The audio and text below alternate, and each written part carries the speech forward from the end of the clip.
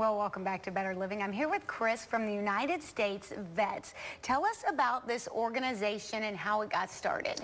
About 9 years ago, I hooked up with a Vietnam vet who was disabled, and we were talking about some of the things that aren't available for vets or they can't figure out how to find them.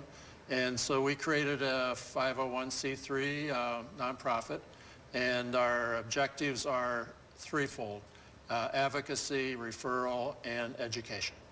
There are kind of, it seems to me at least, and obviously I'm not a veteran, so I'm not walking in their shoes, but it seems to me that, like, there are lots of different resources for them, but they're scattered out all over the place. And so not only do they not maybe know about them, but it's kind of hard for a veteran to get to all those different resources that are available. And that was our purpose of the organization, is to be that conduit, to the resources, so we can help find the right resource for them. We network with all the nonprofits and the VA government programs, and we keep up with those. I think it's terribly important. These are people who have served our country, whether it was back in Vietnam or whether it was last year in Afghanistan. It's very important for us to make sure that they are taken care of now.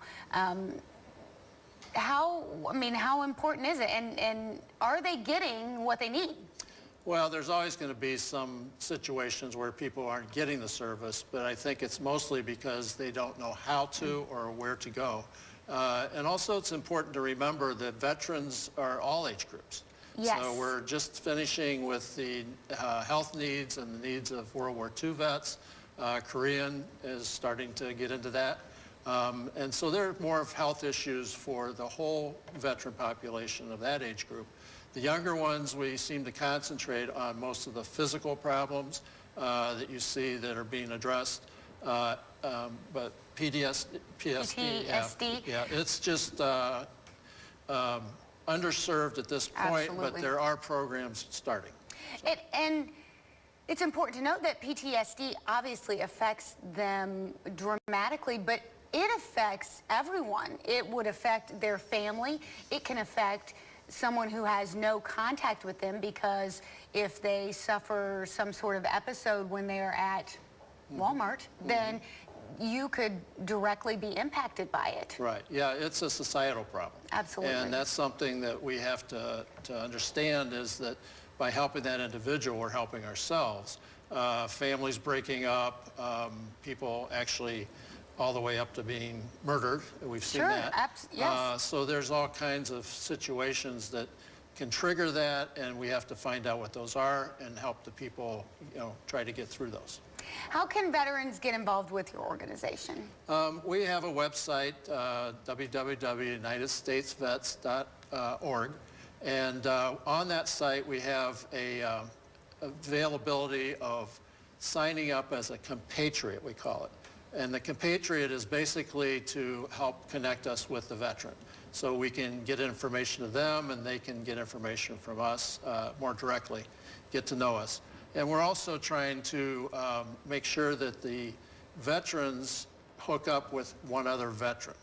So we're trying to do a buddy system where one will be looking out for one other one, and we'll be behind both of them, so they don't have to feel like they're alone. Sure. But also that they have support both ways. That's great that they can have that support system. Well, speaking of support, how can we support you? How is your organization funded? Right now, we actually go out and just ask for funds. We have hooked up with a lot of Walmarts in the area, and those are working out for some of the resources we need.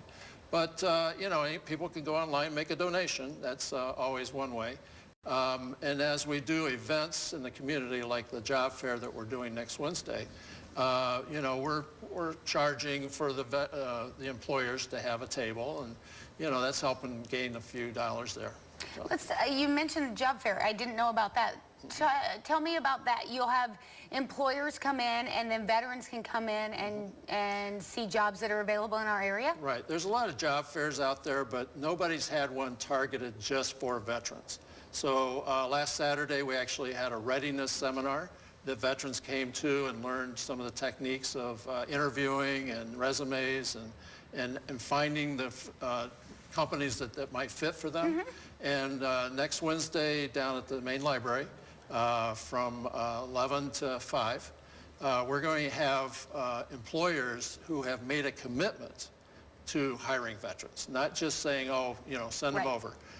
They've had a track record of, and some of them are actually veteran-owned. So we're hooking up with those that are really, you know, serious about it. Yeah. What a great commitment to make to hiring veterans. Now, if a veteran needs a job and is interested in the job fair, do they have to have already established themselves with your organization, or can they just come to the job fair? No, we would want any vet that's interested in employment, and then also there's entrepreneurship. We try to help people with that also if they want to, maybe they've had a career. Sure. And now they're saying, well, I want to have something else that I like to do. But I don't know how to put it together. So we've worked with SCORE, some of the other organizations in the community, to help those people try to put a company together or a business. Excellent. Well, it's a great organization, great work that you are doing, the United States Vets Incorporated. If you want to go to that job fair, or if you're a veteran that just wants more information about the group, or if you want to financially support them, your money is going to be put to good use. Go to their website today. We'll be right back on Better Living.